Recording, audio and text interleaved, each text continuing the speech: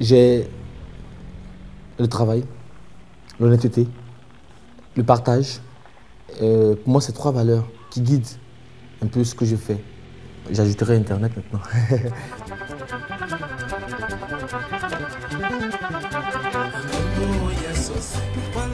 Tu mets quelqu'un ici, il y a au moins une pile de sujets qu'il peut faire. Derrière toi, tu verras des gens qui vendent des tableaux, ça peut être un sujet. Des gens qui vendent de vieux livres, ça peut être un sujet. Des gens qui vendent des DVD, des CD piratés, ça peut être un sujet. Donc, c'est dans la rue que se trouvent tous les sujets. On a plein de sujets dans la rue, donc d'où Avenue 225. Quoi. Comment aussi, on y va. Nous, on n'est pas des blogueurs ordinaires comme les autres. Avenue 225, c'est une plateforme, je peux dire, très professionnelle où les gens qui y travaillent ont une certaine éthique. C'est avec Avenue 225 que tu peux comprendre un peu la vie quotidienne des Ivoiriens normale. En 2007, j'ai décidé de créer mon blog, mon propre blog. Et donc ce blog a eu beaucoup de succès.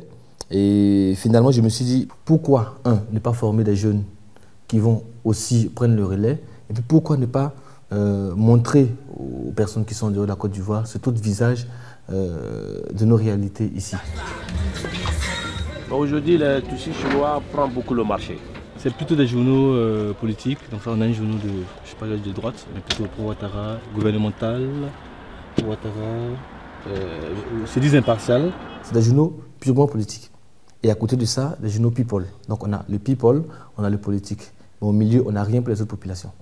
Qu'est-ce qu'on a? Donc Avenue 225 se positionne un peu comme ce média-là qui est fait pour les citoyens et par les citoyens eux-mêmes. Quand tu finis, tu appuies stop. Quand tu fais stop, il enregistre automatiquement lui-même. Et quand tu vas enregistrer, tu appuies encore rec. Bon, pour moi, c'est excitant. Bon, nous allons découvrir ce qui se passe dehors. Si ça va bien, je serai journaliste.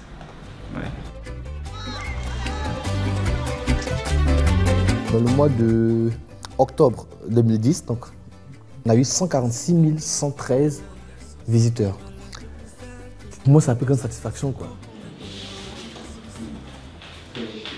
Tu murmures là. Il est 10h30. Voilà.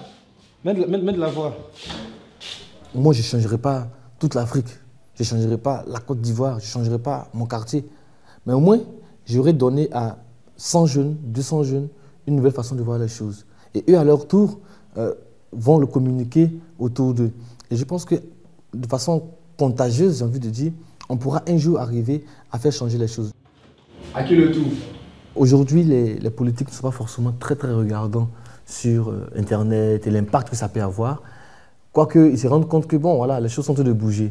Donc pour l'instant, pour nous, on profite pour implanter le maximum d'avenues pour que demain, si un gouvernement veut censurer, il se rende compte qu'il est en face d'un vrai pouvoir, d'une puissance d'information qu'il aura du mal à contenir.